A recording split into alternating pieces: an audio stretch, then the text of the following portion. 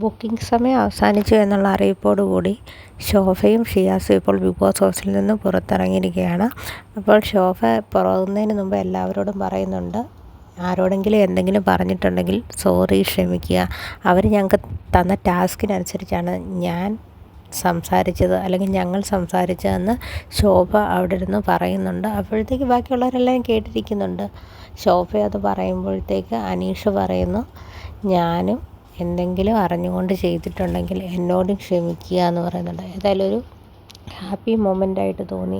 അനീഷ് അടുത്തോട്ട് ചെല്ലുകയും അനീഷിനെ ശോഭ അടുത്ത് നിർത്തുകയൊക്കെ ചെയ്യുന്നുണ്ട്. അപ്പോൾ ഇതെല്ലാം പറഞ്ഞു കഴിഞ്ഞ് യാതൊരു പ്രശ്നവുമില്ലാത്ത രീതിയിൽ ശോഭ അനീഷിനെ കെട്ടിപ്പിടിക്കുകയും ചെയ്യുന്നുണ്ട്.